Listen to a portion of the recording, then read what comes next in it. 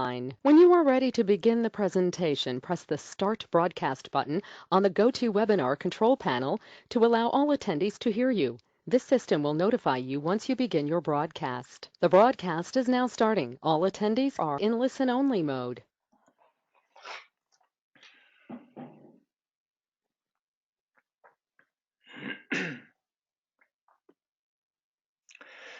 Good morning, or whatever it might be, wherever you are.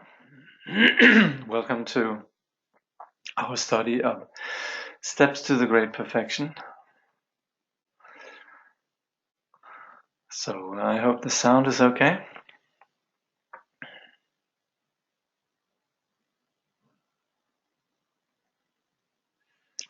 Ace, good.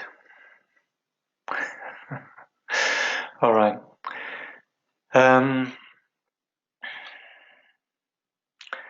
I looked into this mountain of ours here, and it's from a place in eastern Tibet that's called Minyak, which I'm actually not entirely sure where it is, but you know, somewhere in Kham. But we have some great lamas from Minyak, so it's not like a unknown location, and presumably this monastery is something very important. So the mountain itself is called Jara Ratse, and not entirely sure what monastery it is, but anyway. And in terms of our visual media, then we have the seventh Dzogchen teacher. So here the translation from Eric Schmidt, which is from the I think it's from the Vima Nyingtik, where there's a history of the Dzogchen lineage, and then including the first 12 Dzogchen teachers. So it says, seventh in the place Raksha sound of Rulo. The teacher, wrathful sage king, taught a retinue of 10 million Rakshas the teachings of the 10 tantras for taming the rough-minded and many others. This was during the time when lifespan could last 10,000 years. And yeah, I think I put these lineage pictures up in the reading folder.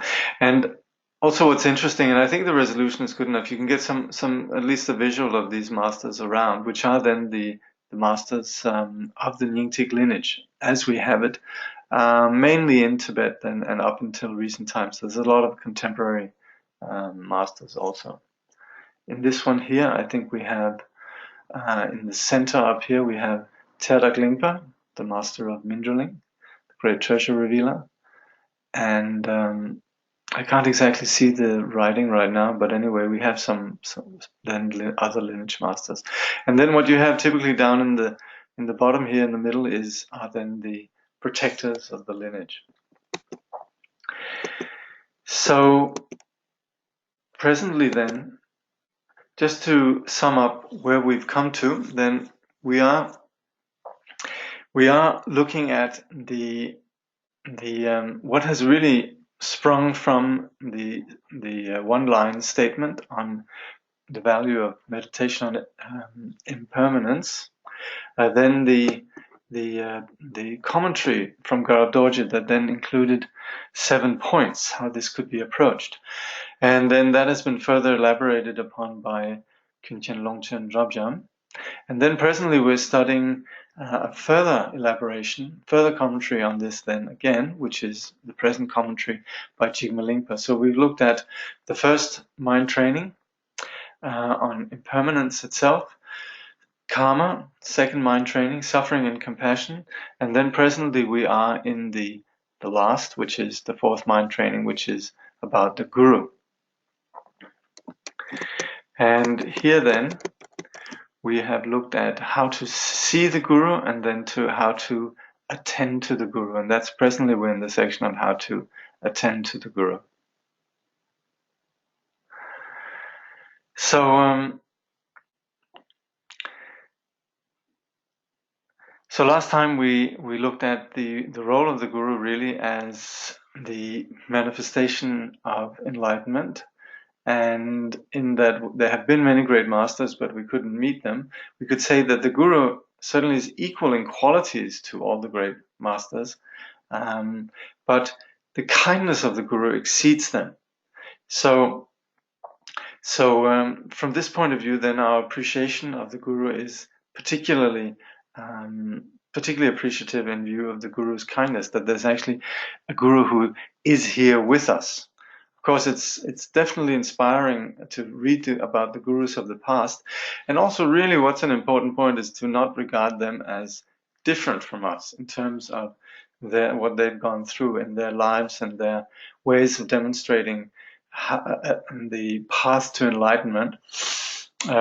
It's not that we should get stuck on the cultural differences, but rather we should see how they, given their cultural conditions, dealt with the same issues that we are dealing with, which are the obscurations and the toxic conditions of the mind, the kleshas, the destructive emotions, and then also karma and circumstances. So we can see them in that way, demonstrating how to work as a sentient being towards enlightenment, and we can also see them as inseparable from our mind stream. Just the recollection of a teacher happens within our mind stream, the sense of respect and the blessing that takes place in recollecting some teacher in what we think of as the past is, of course, taking place within the present. And so we shouldn't ultimately objectify the teachers of the past, but see them very much as something that abides within the Buddha nature, the luminous quality of our mind. And just like our teacher, of course, expressing that. But then again, our present teacher is someone who operates within this world, and this can be very helpful. Even though we might not always have the opportunity to be one-on-one with the teacher's presence within our lives and manifesting, whether it's on YouTube or in public spaces or however it might be, and then the teacher is viewed as somebody whose proximity is important for us. And also, like Tsongsa Khyentse Rinpoche would say, even our teacher manifesting in this world then just shows the shared culture that we have by ordering pizza, and in general handling him or herself in a familiar world is also of great value. So we see the teacher really as the emanation of the embodiment of enlightenment, and there we are not just leaving enlightenment then as something abstract, unknown, but very much seeing enlightenment as expressed in the teacher's actions, in the body, and also in the words of the teacher. So serving the teacher then, as best we can, is then a way of connecting with the teacher. It's part of our apprenticeship, and again, it can be anything from actually bringing tea to the teacher to just making donations to the teacher's activities. Whether it's close or distant, we shouldn't really discriminate. So here, Jigme Lingpa writes, if you regard those who give you ordinary food and clothing or protect you from enemies or malevolent forces in this present life as extremely kind, then how could you possibly repay the kindness of the Guru who dispels the suffering of boundless samsara and brings you to a lasting state of happiness, even if you filled the mighty golden base of the universe with the gold from the Jambu River? So in the Indian cosmology, we see the universe as, our particular universe, as this great base that is made of gold.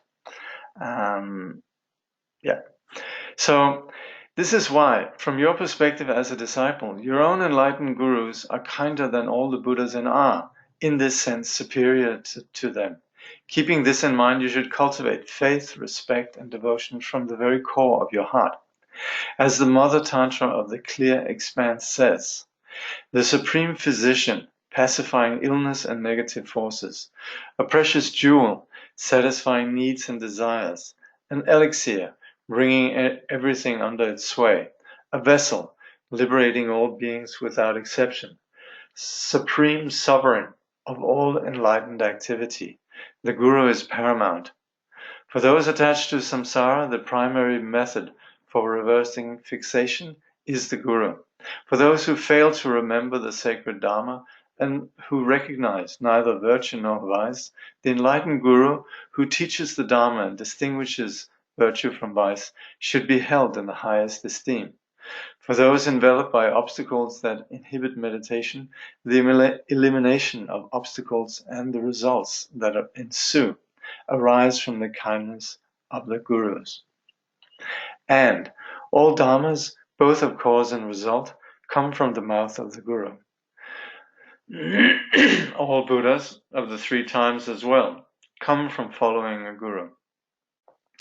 Therefore, once you have met a qualified enlightened Guru, one who is not evil or deceitful, devotion should arise such that you see whatever the Guru does as sublime.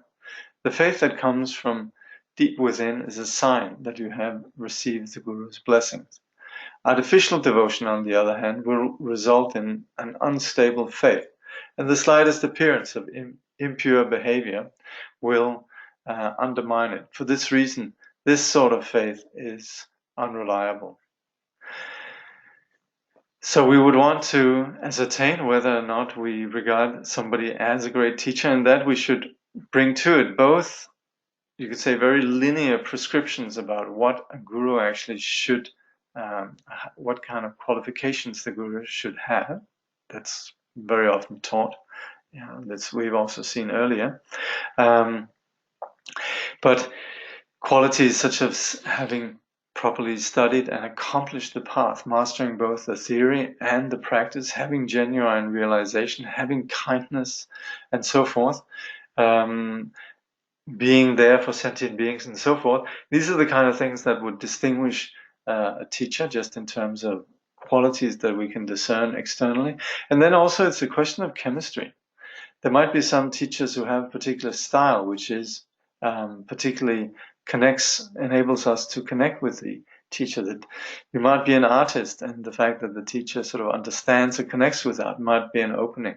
Or you might be, I don't know, somebody who has particular dispositions of anger and so forth. Like Trinley Noble Rinpoche says, if we have desire, we should have a teacher who is very seductive. If we have anger, we should have a teacher who's very tough, and so forth. So that's more on the personal level. But anyway, once we do then engage with somebody as the teacher, then this opening enables something deeper that's intangible to emerge from within, which is then the Guru's blessing. So without any real trust and faith and opening and so forth, just to go through the motions is not very helpful. We might attend a teacher just because he's well known, or our friends does it and so forth. But without that real deep yearning faith and devotion, then it's not really a strong relationship. And then the teacher might not exactly do what we feel is the right thing, and then that undermines any kind of faith and possibility that something could transpire in terms of transmission and blessing and so on. So the next section is serving a teacher in deed.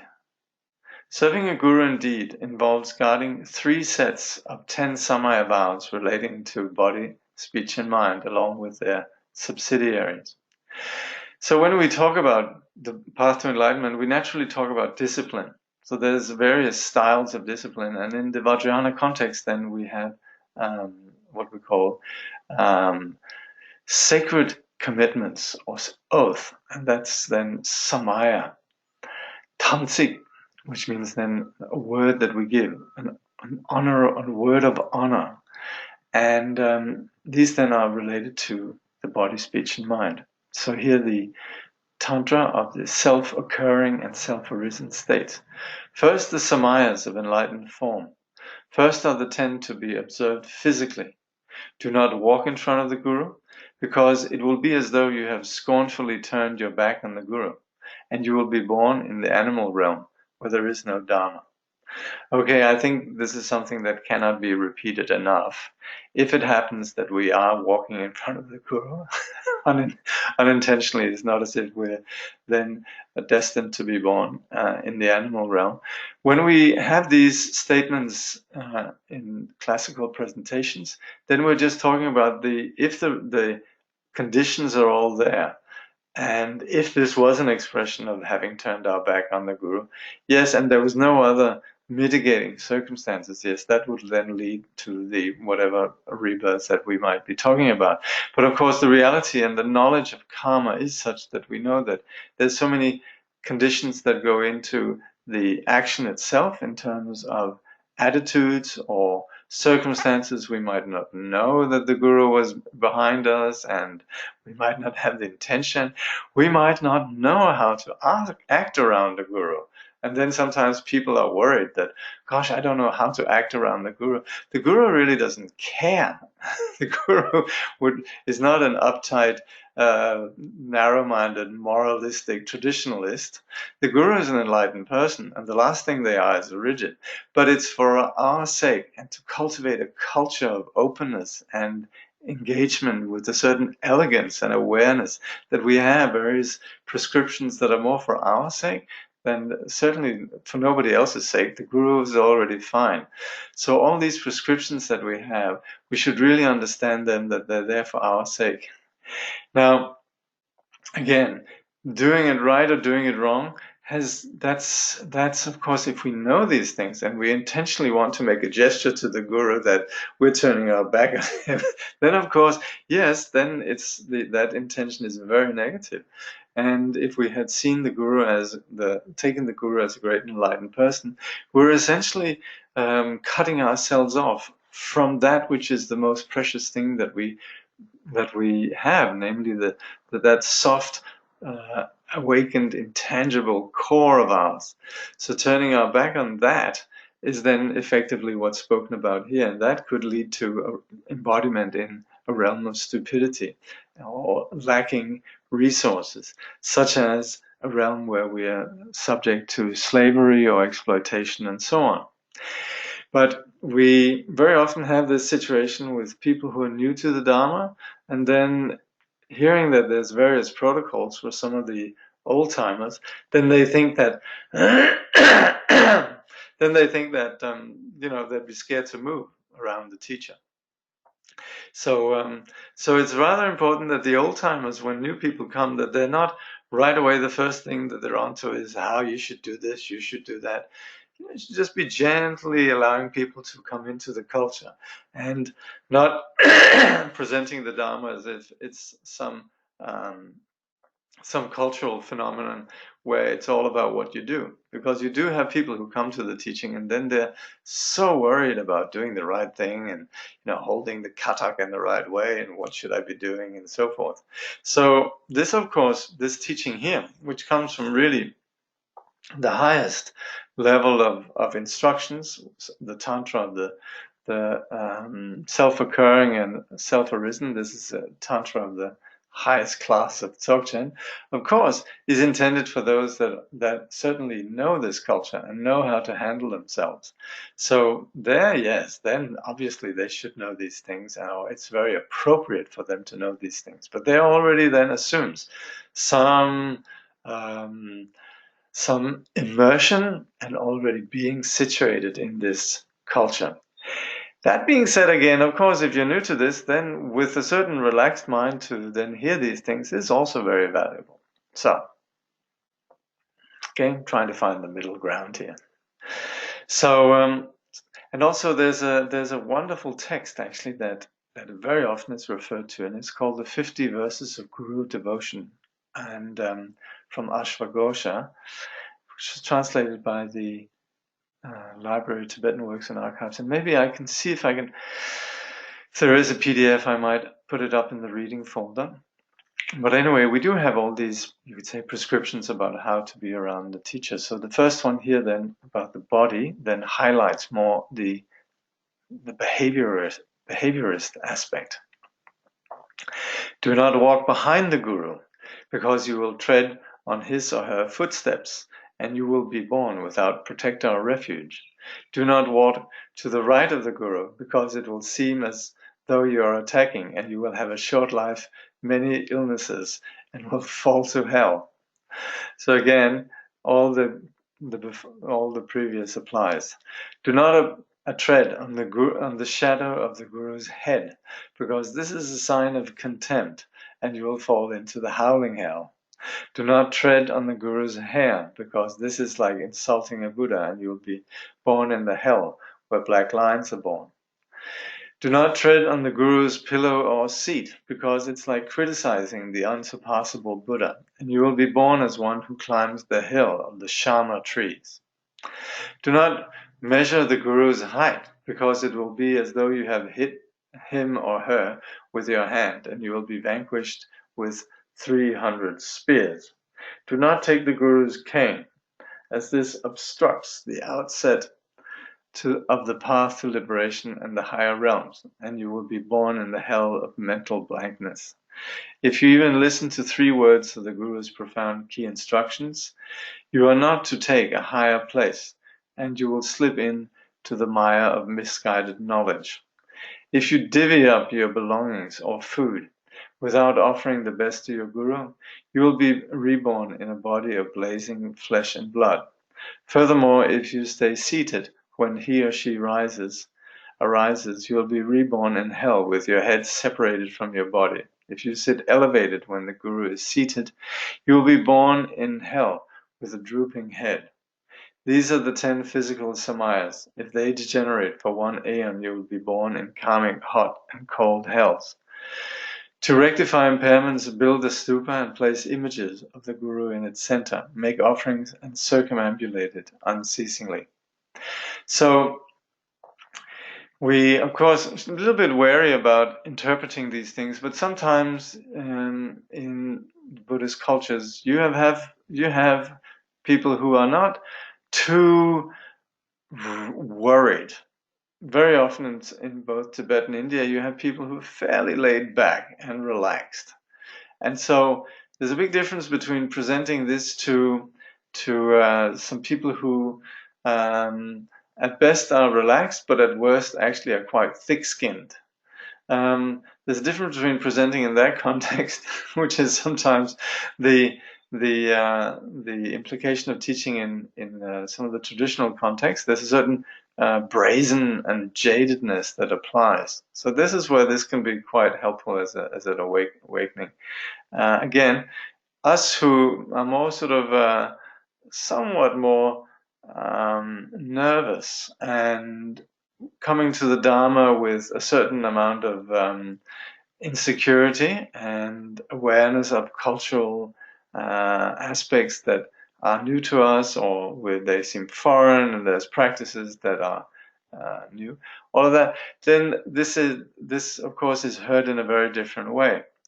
But again, this really comes down to intention. And so if all the things here that are described, they of course have spoken with the understanding that a karmic result is based on the intention, the completion of the action, and then also upon the completion of an action, the attitude about the action that was committed. So if we really had a bad intention, we follow it through and we rejoice in succeeding in doing something negative, yes, then there is then some strong karmic seeds that are sown, but then again, things can be done.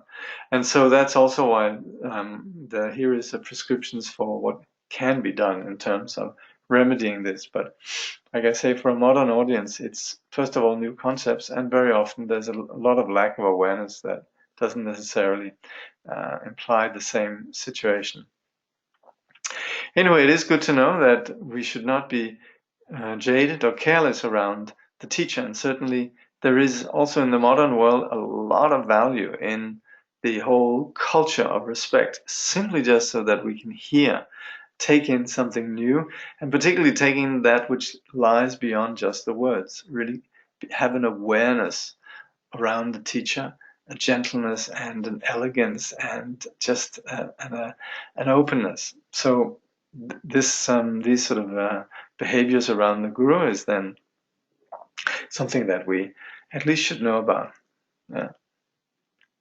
And so this was about the body. Then verbally, observe these 10 samayas. The Guru is superior to all Buddhas. It is not appropriate to say all sorts of things to him or her. Speaking derisively behind the back of the Guru is to turn one's back on the Buddha. With no fruition, one will fall to the lower realms. With a rotted body, a blocked throat, and stricken with illness, it is inappropriate to say the Guru is ignorant.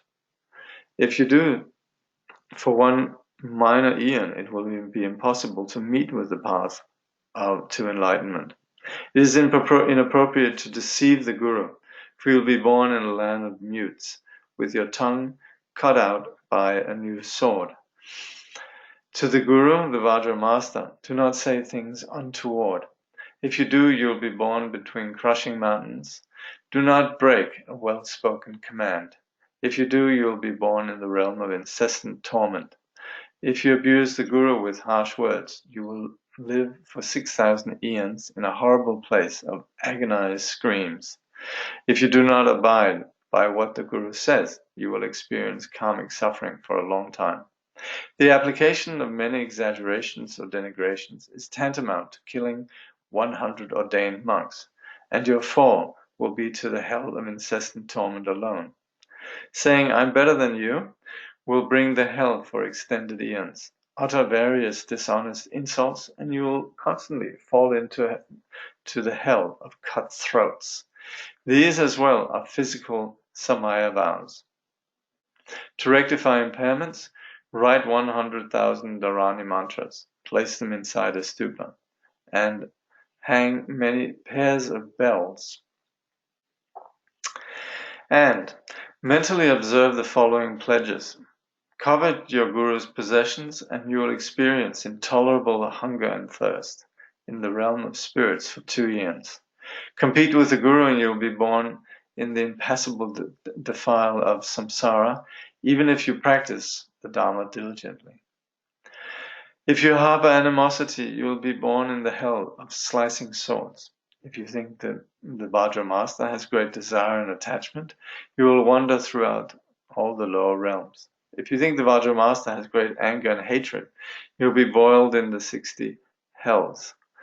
If you think the Vajra master is narrow-minded, you will be born in the wailing hell.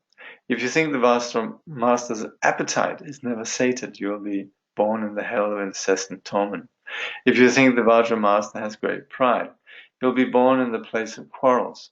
If you think the Vajra master is ineloquent, you will never find the unsurpassable path. If you think the Vajra master in terms of the 4 faults, let's see what they are actually.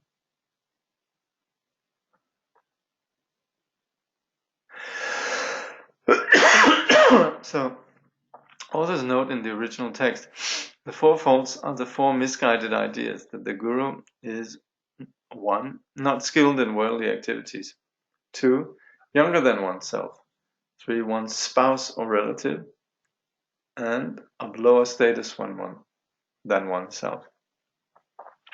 Okay, I'm not quite sure how that means. I mean, obviously there must be something with the hierarchy here if you think that the Guru is younger than oneself. In my case, my Guru is younger than myself. But there's certainly also a sense I've known, in the case of Tsongtsen Rinpoche, I've known him since he was 15 or 16, and he was a fully mature person, vastly superior to myself in terms of just wisdom and all the great qualities of a great being.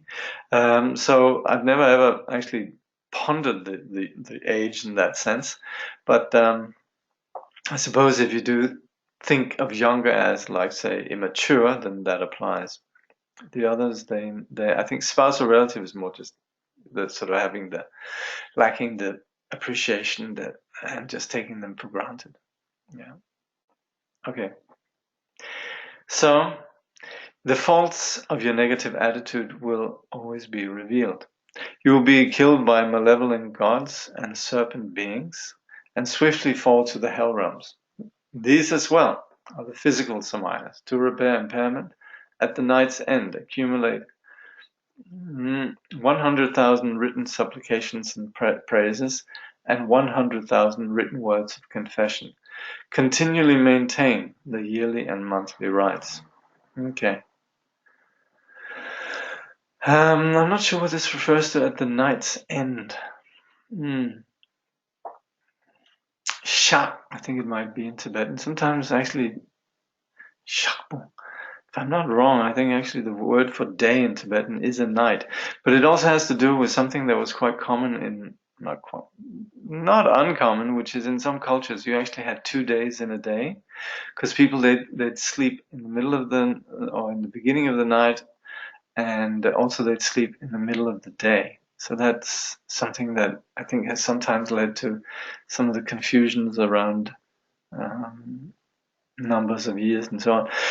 But here, I don't know. Anyway, all these things then are things that can be done to clean up this situation. In a similar manner, even though your qualities of realization and transmission may enable you to do so, you should not directly work for the welfare of others until you have obtained the consent of your guru. You should merely include them in your aspirations. That's actually an important point. So you wouldn't want to set yourself up as, even though you are somebody who actually has realization, the working for others is something that would only happen on the basis of the guru commanding the student to do so. Okay. Oh, thank you. Somebody's offered the link to the 50 verses. Thank you very much. What is the attitude and action that generates greatest merit when one is meeting a lineage master for the first time? Devotion, and then to the best of one's ability, then serving with body, speech, and mind. But the main thing really is deep appreciation, devotion, and also just openness. So considering the teacher then being a great doctor, and oneself as a patient, and just wishing to attend to the course of remedy. Why would one have devotion? It would be based purely on hearsay from others. That's true. So in that case, just keep an open mind. It's true. You can't be expected. There might be some expectations that might lead to, let's say, a benefit of the doubt that might be a bit more than respect and possibly this, what we could call interested humility. So the hearsay from others can be valuable in some sense. Let's say you haven't met the Dalai Lama before, people say it's great, then at least you're open to the possibility. Is consent from the guru with regards to working for the benefit of others referring to teaching the Dharma that he or she taught you? Presumably, yes. I think, though, not exclusively that. I think probably in that everybody's very different. The styles of teachings that would happen from Dharma masters might sometimes exceed beyond what they heard directly from their teacher. But that being said, then sometimes also there is tremendous emphasis on actually upholding exactly what the teacher taught. So in some cases you would have teachers who almost verbatim could remember their teacher's instructions. For example, Words of My Perfect Teacher is an example of that, which is supposedly exactly what Jigme Lingpa taught to Paltra Rinpoche. Please consider this question from somebody who's underinformed. Well, we're all in that boat.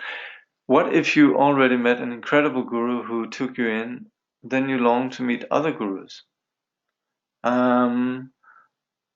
Well, if you met if you can, it's possible to study with various teachers. Yeah. So if you met somebody who's really a great master, then you might also meet others. And I would say, particularly referring to Tongsa Rinpoche's approach, and also my teacher Longchen Rabjam, they themselves studied with many great masters who they regarded all of them as being incredible gurus. Yeah. Then again, we need to distinguish between gurus and then just instructors. Yeah. So some are great gurus; they're viewed as enlightened persons, and then also they're more just like instructors. Yeah. You're talking to somebody at a party, but looking over his or her shoulders in search of something more interesting. Yeah, that's probably not a good idea. You'd want to properly engage with the first teacher and, establish, if they're worthwhile, establishing a proper relationship before you're on to the next exciting thing. How would one know if they are simply being a friendly or helpful person in a worldly sense rather than working for the welfare of others, as is mentioned in the text here? Well, that's again, we have different people who can help us. Hey, and even beyond just the context of Buddhism, we can learn a lot of great things from people who aren't even on the path, obviously, So what we're talking about here, however, is then great gurus, great masters. And so that is where we'd want to see, have they really studied the Buddha Dharma? Have they really understood it, practiced it, realized it? And do they generally have the qualities of compassion and wisdom? But other than that, then of course we can, study and receive a lot of inspiration and guidance from all sorts of other people. Even the people at the checkout counter, or people that we bump into, friends and so forth. Okay.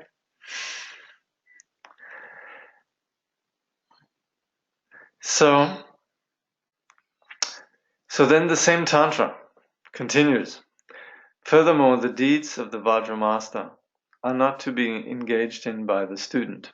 If the Guru's disciples are taken as one's own students, you will fall to hell with no refuge. The Vajra, so there is also a culture around the teacher that, for example, when the teacher is teaching, you don't teach at the same time, or if you are a teacher in your own right, and also, you wouldn't appropriate students from the teacher and so on. But it's particularly then, the Vajra master is the king of Dharma, and a king's work is to maintain his dominion. Similarly, the 6 roots of the Dharma are the 2 roots of the lower vehicle, cultivating bodhicitta and imparting the vows, the 2 roots of the superior vehicle, the bestowal of empowerment and introduction, and the 2 roots of the vehicles in common, consecration and the elevation of place. These teachings are the dominion that are to be maintained by the Vajra Master King.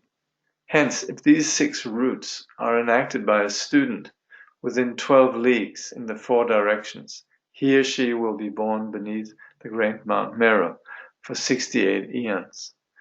Why, you may ask? Because this is like a subject seizing power from a king. The Guru's qualities will be eclipsed by the students. In the future, he or she will have nowhere to go except hell, so I have taught. If the Vajra Master's influence does not extend beyond 12 leagues, you may be empowered as a region with consent. Yet you should meet in a year's time, offering pleasing enjoyments with faith. So, of course, a genuine guru is not particularly worried about power and dominion and so forth. Again, this is all about just the students generating an appropriate attitude and continually referring back to the teacher and so forth. This is also addressed in the condensed meaning of the Tantras. Though your qualities may be inconceivable, if the Guru has not granted his or her consent, stay silent and abandon all activities of scholarship and accomplishment.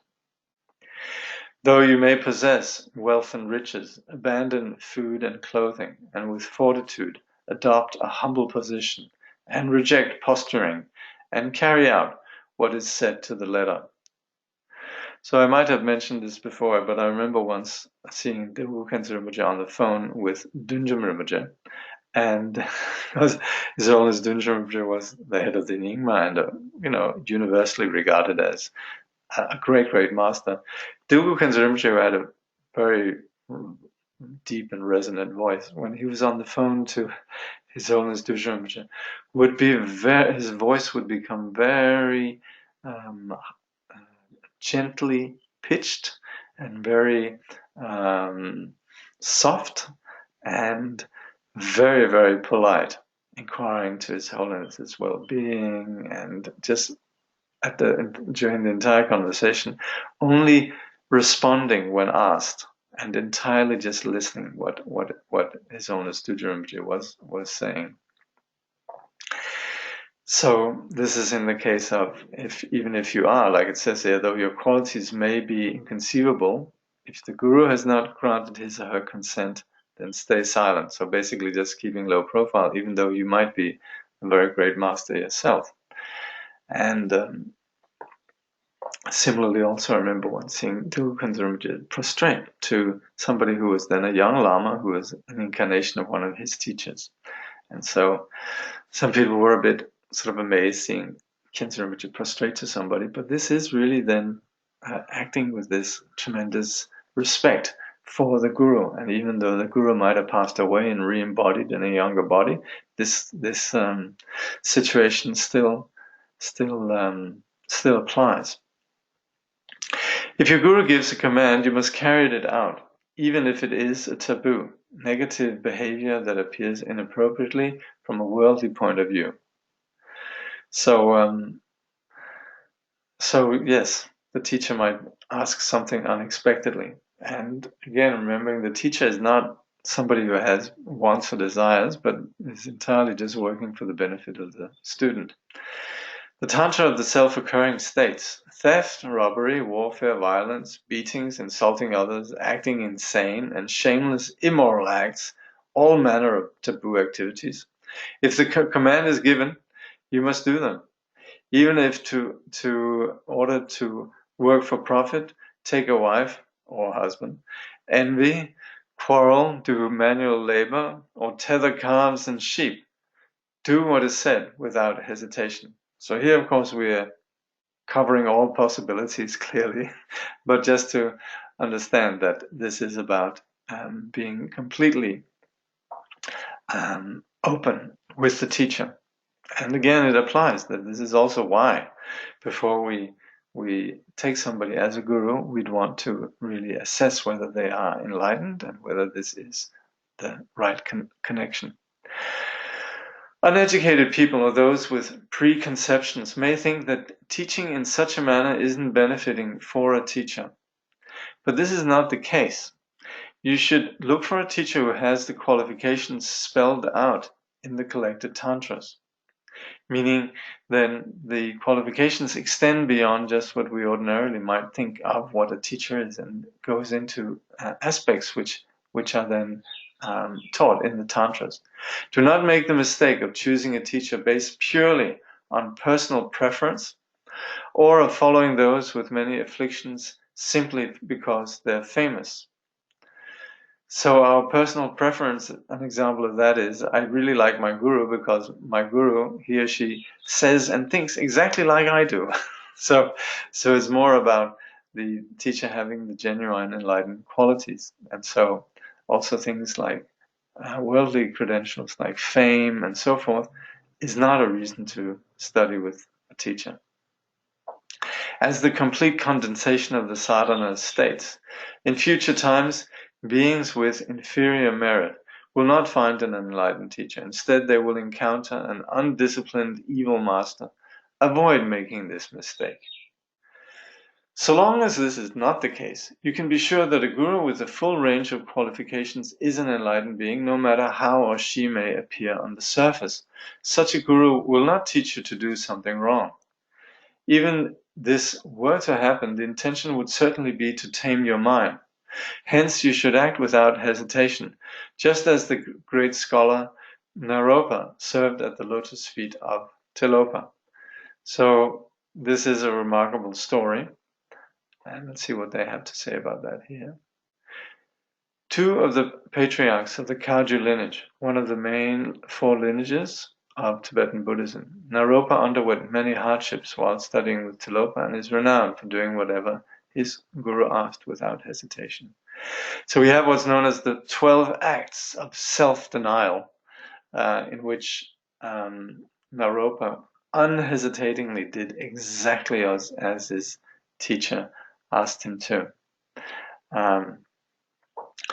There was once what was the situation? I think there was some extraordinarily high positioned persons who were having a picnic or something, and Tilopa was seeing what they were having for lunch or dinner or whatever, and he said to Naropa, "Gosh, that looks good. If I had a really genuine student, a really devoted student, he will go and fetch me some of that delicious food over there." And so Naropa, he valiantly, without any hesitation, charged over and managed to grab some of the food, but of course was beaten to a pulp, and but nevertheless managed to come back to Tilopa, who sort of ate the food with relish and said, "That was really good. Could you go and get me some more?" Which Naropa then did, and then at that time he was completely beaten to a pulp, and Tilopa sort of sauntered over and said, "Are you okay?" And Naropa says, "I am suffering due to my attachment to the self." And Tilopa says, "You really should look into the nature of your mind, the palace of the Dakini." And then he would miraculously cure Naropa, and he would be fine again. And then he would give him some instructions. But in this way, we have some extraordinary stories about how Naropa served Tilopa. Therefore, it makes perfect sense to carry out your teacher's commands. The same Tantra states: serve the Guru, explain the Dharma, impart the vows, maintain the monastery, gather the retinue and students together, benefit others, viewing happiness and suffering to be of one taste, maintain and disseminate the Dharma for mountain retreat. It is said that you should be consistent, even in case of sickness or death. Whatever you order to do, carry it out. Similarly, you should pay homage to the Guru whether he or she is living or dead. Tantra states, if the Guru has passed on, make commemorative offerings. If the Guru is alive, make pleasing offerings. Failing to make a commemorative offering once the Guru has died is a major degeneration of the root samayas and liberation. And liberation from the lower realms will be impossible. If these degenerate, make 108 images of the Guru's form, and make the 3 offerings unimpededly for 6 months.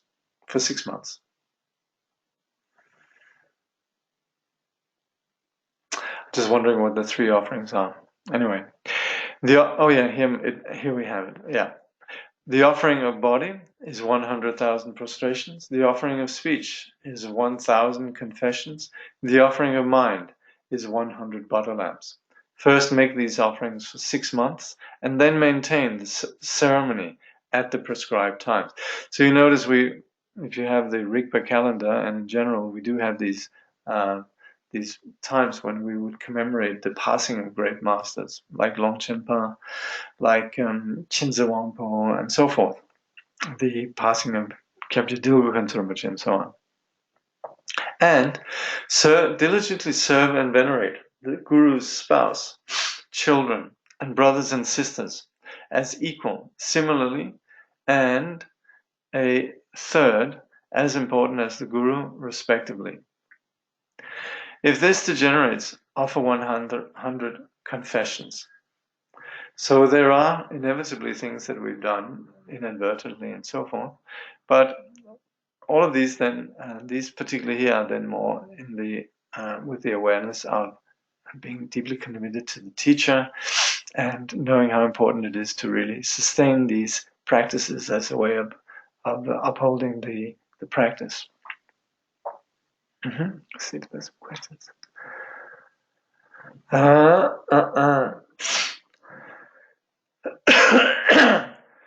Through what actions may one generate an enduring karmic link with the Guru that can perpetuate beyond this life and into all future lives? I would assume devotion and deep intent. But are there any merit-generating link-building specifics? There are actually a lot of instructions, and of course, this is where the apprenticeship or just attending the teachings and empowerments from a teacher is so important. So if you look in Tibetan Buddhism, you very often see that teachers would give empowerment, and that, of course, is to enable people that are practicing the path to do the particular practice, but also in many cases it is to enable those that attend the empowerment that they may be linked to the teacher for future lives. So there's many different kinds of practices, and we do have this kind of particular prayer that we very often chant. In all my lives, may I always encounter the perfect teacher, and may I never be inseparable, and may I enjoy the receiving the teacher, the teachings of the teacher.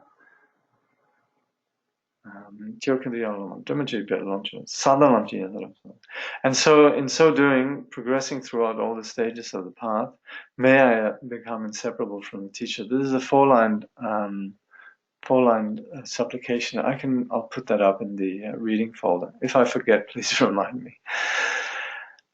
Why or how broken samayas affect the gurus? For example, if it says that one or main obstacles for teachers to attain rainbow body are students. Yes, that's what they sometimes would say, and very often we see that the people who attain rainbow body were like what's it called? Again, in the 1950s, Sonam Namgyal in Manikengo. He passed away, just a completely unknown person who was just carving mani stones. So yes, well, we would say the teacher takes on the karma of students, and so yes. But then, particularly then broken samayas, yeah. If a teacher really has engaged a lot in giving a lot to students, and they don't honor the samayas and so forth, then yes, this is said to badly affect the teacher. What do we answer to these women who call themselves Vajrayana practitioners and say their gurus have abused them? Well, I guess we're not really obliged to provide the answers. So it is really between them and their teachers.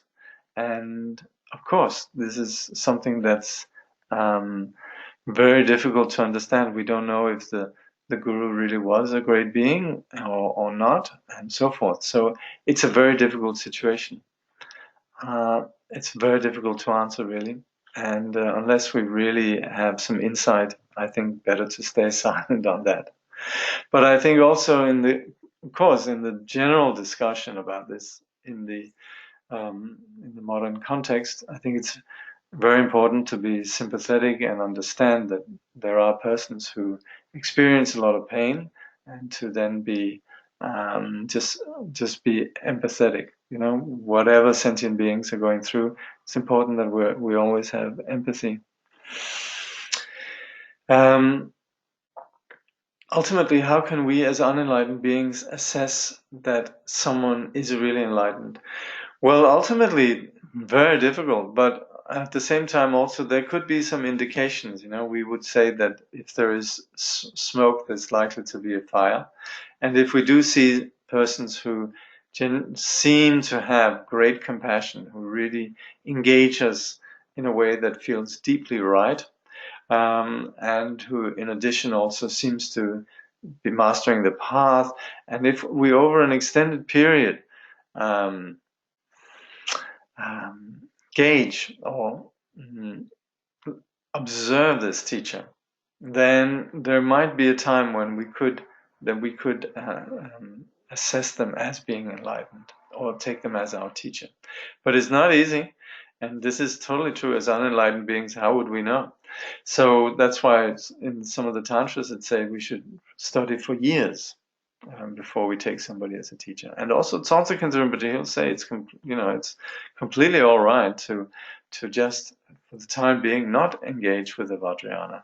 And the practice of the Buddhist teaching, the general Buddhist teaching and the Mahayana and so on, is so valuable. So we have already a marvelous teachings without going into the Vajrayana. Last week you answered a question about the correct attitude when one sees or hears one's teacher in dreams and in one's mind. Your reply was basically disregard these internal phenomena. Not disregard at all, but not be attached to these experiences, yeah? I'm your own case with Dilgo Rinpoche being a root teacher and his being no longer in the embodied form. How do you continue to relate to his subtle and enduring presence? Well, I remember going to see Tsongsa Khyentse Rinpoche and saying, now that Dilgo Khyentse has passed away, can you kindly guide me? And he says, what do you mean Dilgo Khyentse has passed away? He's still here. And I actually take that very literally. So I do regard Dilgo Khyentse as being completely present, as he always was. If I'm in close proximity to a great master, is it appropriate to always be kind of on my toes around them, never really thinking that I know who they are in the way that I do with other people? Well, yeah, I think so. I think it's good to be on one's toes. They might be enlightened. And so we definitely would want to be on our toes. We are not be too, nervous either, but just be on toes, be alert. That's, I think, a good thing. Yeah.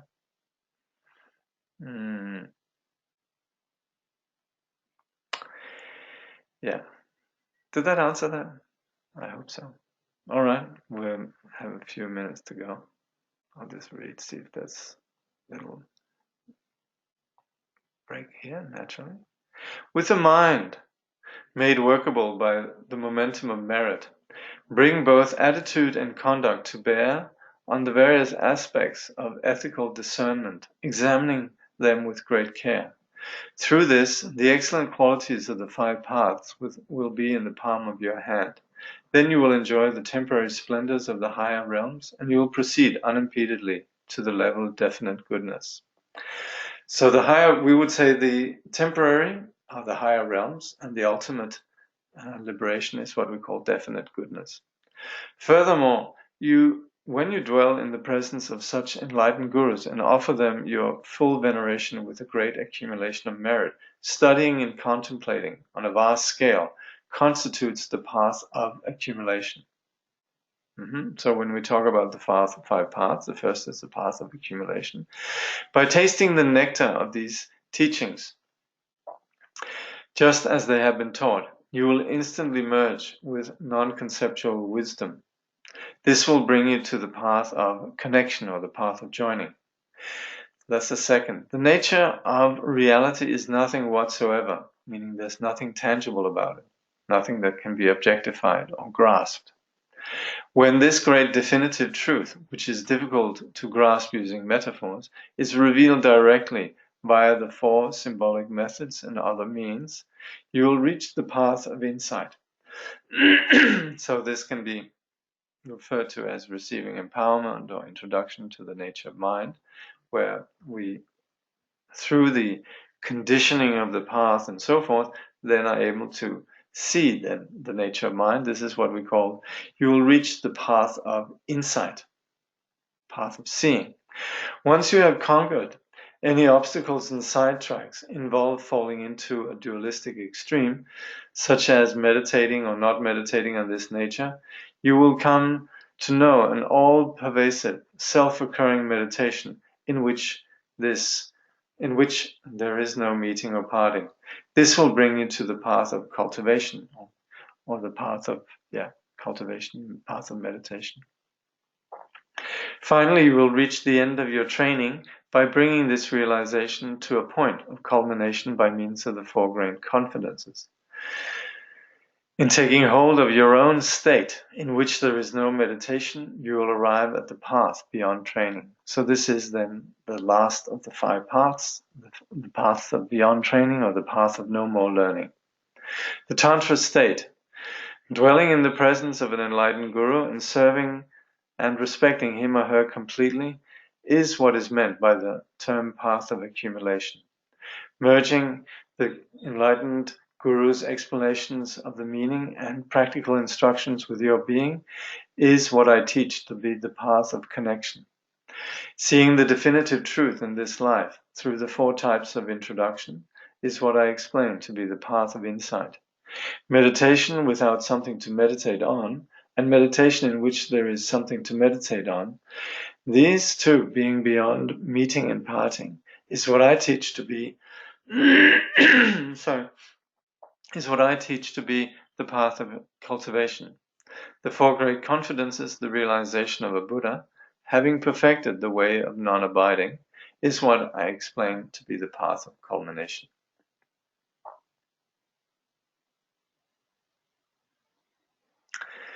So next time we'll see some examples of such practice. So thank you very much for tuning in today.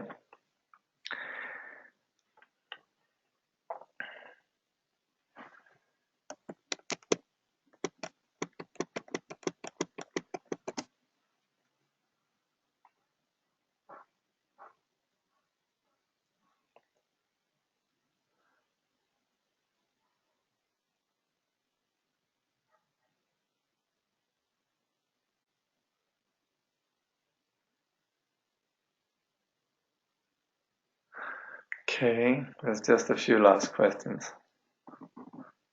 Okay, somebody's asking about mandala practice. If you could email me, just to remind me, but I'll try to remember. And then somebody says, can you say the name of the blue deity again? Yes, what was that? This was, where it says, this is the teacher, Wrathful Sage King. So, Wrathful Sage King, one of the 12 Dzogchen teachers. Okay. Okay, thank you very much.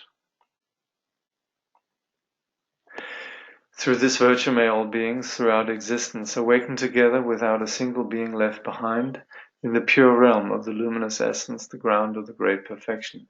May they remain inseparable from the kayas and wisdoms. Through all our births, wherever we may be born, may we be endowed with the 7 good qualities of the higher realms. As soon as we are born, may we meet with the Dharma and have the freedom to practice it properly. At that time, may we please the holy gurus and practice the Dharma throughout the day and night. Realizing the Dharma and accomplishing its essential meaning, may we cross the ocean of existence in that life. Thoroughly teaching the holy Dharma in this world, may we never tire of accomplishing the benefit of others. By this vast benefit of others, without partiality or bias, may all attain Buddhahood together.